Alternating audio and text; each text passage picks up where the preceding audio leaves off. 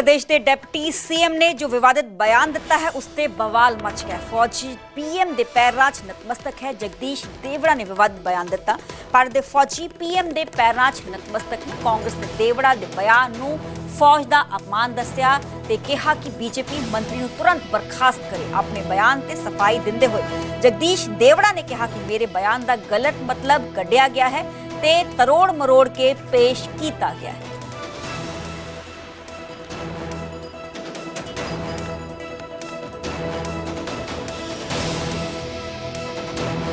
यशस्वी प्रधानमंत्री जी को हम धन्यवाद देना चाहेंगे और पूरा देश की वो सेना, वो सैनिक उनके चरणों में नतमस्तक है। उनके चरणों में पूरा देश नतमस्तक है। उन्होंने जो जवाब दिया है उसकी जितनी सराहना की जाए, जितना कहा जाए, एक बार उनके लिए जोरदार ताली बजा करके यशस्वी प्रधान। ये बात कोई कैसे बर्दाश्त कर सकता है? हमारी बहादुर शौर्य पराक्रमी सेना के बारे में हमारा दुश्मन ये नहीं कह सकता है, और बीजेपी का एक मंत्री और बीजेपी के उप मुख्यमंत्री इस तरह की बात कहेंगे और हम मूक दर्शक बने रहेंगे। हमारी सेना ने लगातार दुश्मन को धूल चटाई है। हमारी सेना ने लगातार पाकिस्तान जैसे आतंकी देशों को सबक सिखाया है। इस बार भी पहलगाम आतंकी हमले के बाद आक्रामक कार्रवाई की, टेरर कैंपों को ध्वस्त किया, उनको बर्बाद किया, और उसके बाद बीजेपी के लोगों की ये हिमाकत, ये हिम्मत कैसे हो रही है कहने की कि हमारी सेना नरेंद्र मोदी के चरणों में नतमस्तक है। ये सेना का अपमान है, तिरस्कार है, और हम इसके कतई मूक दर्शक बनकर देखेंगे नहीं। हमारी मांग है कि ऐसे व्यक्ति को सरकार में बने रहने का कोई हक नहीं है। उस व्यक्ति को तुरंत बर्खास्त किया जाए, और अगर बर्खास्त नहीं करेंगे तो मैं ये मानूं क्यों ना कि इसको नरेंद्र मोदी की मौन स्वीकृति है, उनका संरक्षण प्राप्त है। आप ये देख लीजिए कि विजय शाह जो मंत्री हैं मध्य प्रदेश सरकार में और जिन्होंने इतनी घिनौनी अभद्र बात एक बहुत ही बहादुर वीर सैनिक बेटी कर्नल सोफिया कुरैशी के लिए की, उनके खिलाफ क्या किया बीजेपी ने? कोई एक कार्रवाई हुई? उनके खिलाफ क्या किया सरकार ने? हाथ पे हाथ धरे बैठी रही जब तक कि जबलपुर हाईकोर्ट ने एफआईआर का आदेश नहीं दिया, और एफआईआर भी ऐसी बनाई गई जिस पर हाईकोर्ट को ये टिप्पणी करनी पड़ रही है इसमें ऐसा कुछ भी नहीं है जिससे कि अभियुक्त के ऊपर मामला चल सके। आपने उनको बचाने के लिए एफआईआर बनाई है या उनको दोष डालने के लिए बनाई है? कोर्ट ने उसमें सुधार करने को कहा है और कोर्ट फिर से ये मामला सुनेगा। लेकिन ये पूरी तरह से बीजेपी का असली चाल चरित्र और चेहरा दिखा देता है दुनिया को, देश को। ये वही लोग हैं जो मुखबिरी करते थे, माफीनामे लिखते थे। इनकी रगों में बलिदान का नहीं, मुखबिरी का खून दौड़ता है, और इसलिए ये सेना का इस तरह के से अपमान और तिरस्कार करते हैं। जिन्होंने हमारी बेटियों के सिंदूर उजाड़े थे, वही कटे पिटे लोगों को हमने उन्हीं की बहन भेज करके उनकी ऐसी की तैसी करवाई। एक बार मोदी जी के लिए जोरदार ताली। व्योमिका सिंह हरियाणा की जाकर और एयर मार्शल भारती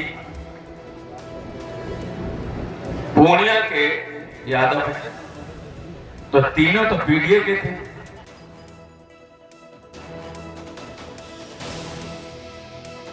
यशस्वी प्रधानमंत्री जी को हम धन्यवाद देना चाहेंगे और पूरा देश की वो सेना, वो सैनिक उनके चरणों में नतमस्तक है। उनके चरणों में पूरा देश नतमस्तक है। उन्होंने जो जवाब दिया है उसकी जितनी सराहना की जाए, जितना कहा जाए, एक बार उनके लिए जोरदार ताली बजा करके। ऑपरेशन सिंदूर ਦੇ ਲਈ 7 ਮੈਂਬਰੀ ਸਰਬ ਪਾਰਟੀ ਵਫਦ ਦਾ ਗਠਨ ਕੀਤਾ ਗਿਆ ਹੈ। ਕਈ ਦੇਸ਼ਾਂ ਦਾ ਦੌਰਾ ਕਰੇਗੀ ਸੰਸਦੀ ਵਫਦ delegation. United Nation Security Council ਦਾ ਵੀ ਦੌਰਾ ਕਰੇਗਾ ਸੰਸਦੀ ਮੈਂਬਰ ਦਾ ਵਫਦ। ਅੱਜ ऑपरेशन सिंदूर ਬਾਰੇ ਜਾਣਕਾਰੀ ਇਸ ਡੈਲੀਗੇਸ਼ਨ ਦੇ ਵੱਲੋਂ ਵਫਦ ਦੇ ਵੱਲੋਂ ਦਿੱਤੀ ਜਾਏਗੀ। ਯੂਐਸ ਜਾਣ ਵਾਲੇ ਵਫਦ ਦੀ ਅਗਵਾਈ ਸ਼ਸ਼ੀ ਥਰੂਰ ਕਰਨਗੇ ਤੇ ਸੁਪ੍ਰਿया सूले, श्रीकांत शिंदे, रविशंकर प्रसाद अगवाई इस वफद की डेलीगेशन करनगे। संजय झा, कनिमोजी, बैजयंत पांडा भी अगवाई इस पूरे डेलीगेशन की करनगे ते ऑपरेशन सिंदूर नूं लैके पूरी जानकारी पूरे ऑल ओवर वर्ल्ड इस वफद के वलों डेलीगेशन के वलों दिती जाएगी। कई देशों का दौरा करनगे। बकायदा इस दे लई 7 मैंबरी वफद का डेलीगेशन का गठन किया गया है। जो दूसरी पार्टियां दे आगू ने ओपोजिशन पार्टियां दे वो भी इस वफद का हिस्सा बने ने ते शशि थरूर इस पूरे डेलीगेशन की अगवाई करनगे।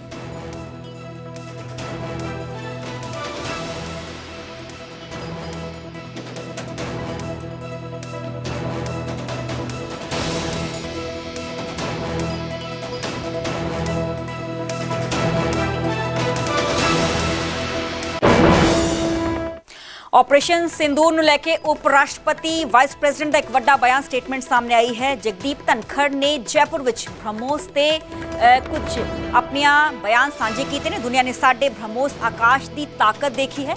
ਦੁਨੀਆ ਨੇ ਦੇਖਿਆ ਕਿ ਸਾਡੇ ਆਕਾਸ਼ ਦਾ ਕੀ ਮਤਲਬ ਹੈ। ਪੀਐਮ ਮੋਦੀ ਸੰਦੇਸ਼ ਤੇ ਪੂਰੇ ਤਰ੍ਹਾਂ ਖਰੇ ਉਤਰੇ ਨੇ। ਇਸ ਗੱਲ ਦਾ ਜ਼ਿਕਰ ਕੀਤਾ ਗਿਆ ਦੇਸ਼ ਦੇ ਵਾਈਸ ਪ੍ਰੈਜ਼ੀਡੈਂਟ ਜਗਦੀਪ ਧਨਖੜ ਦੇ ਵੱਲੋਂ।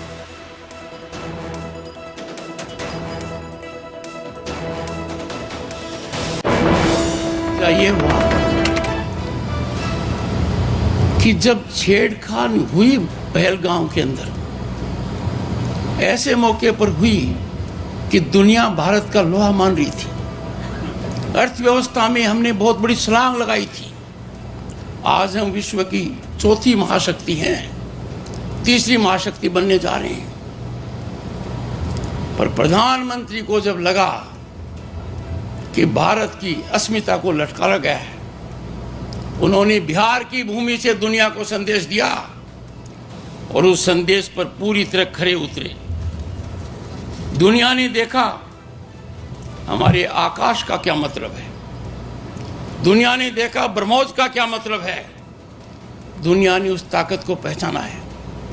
इसीलिए मैं राजस्थान की भूमि से, वीरों की भूमि से, महाराणा प्रताप की भूमि से, महाराजा सूरजमल की भूमि से उन सबको नमन करता हूं जिन्होंने देश के लिए ये रक्षा का काम किया है।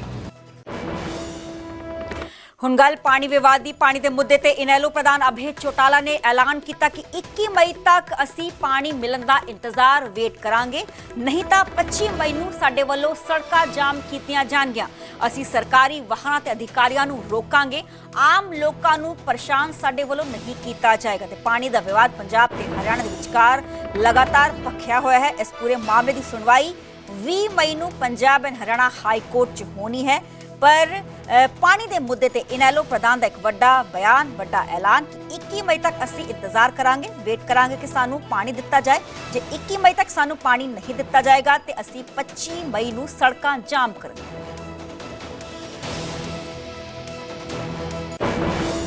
हम अपने काम में लगेंगे। फिर हम अपनी 21 तारीख को प्रदेश कार्यकारिणी की बैठक बुलाएंगे और उस बैठक में हर जिले वाइज जिलों की ड्यूटी लगाएंगे। हर जिला ये ड्यूटियां लगा करके जो बॉर्डर हैं मेन 3-4 जो है उनको रोक देंगे। 25 के बाद जो अब स्थायी धरने की बात कर रहे हैं, तब भी सरकारी गाड़ी रोकेंगे? उसके बाद भी अगर जरूरत पड़ी तो पंजाब से कोई भी साधन नहीं जाने देंगे। हमारा पानी अगर रोक सकते हैं तो फिर हम किसी के रास्ते नहीं रोक सकते। झगड़े वाली स्थिति बच जाएगी। झगड़े वाली स्थिति जिसने पैदा करी है जिम्मेवार कौन है?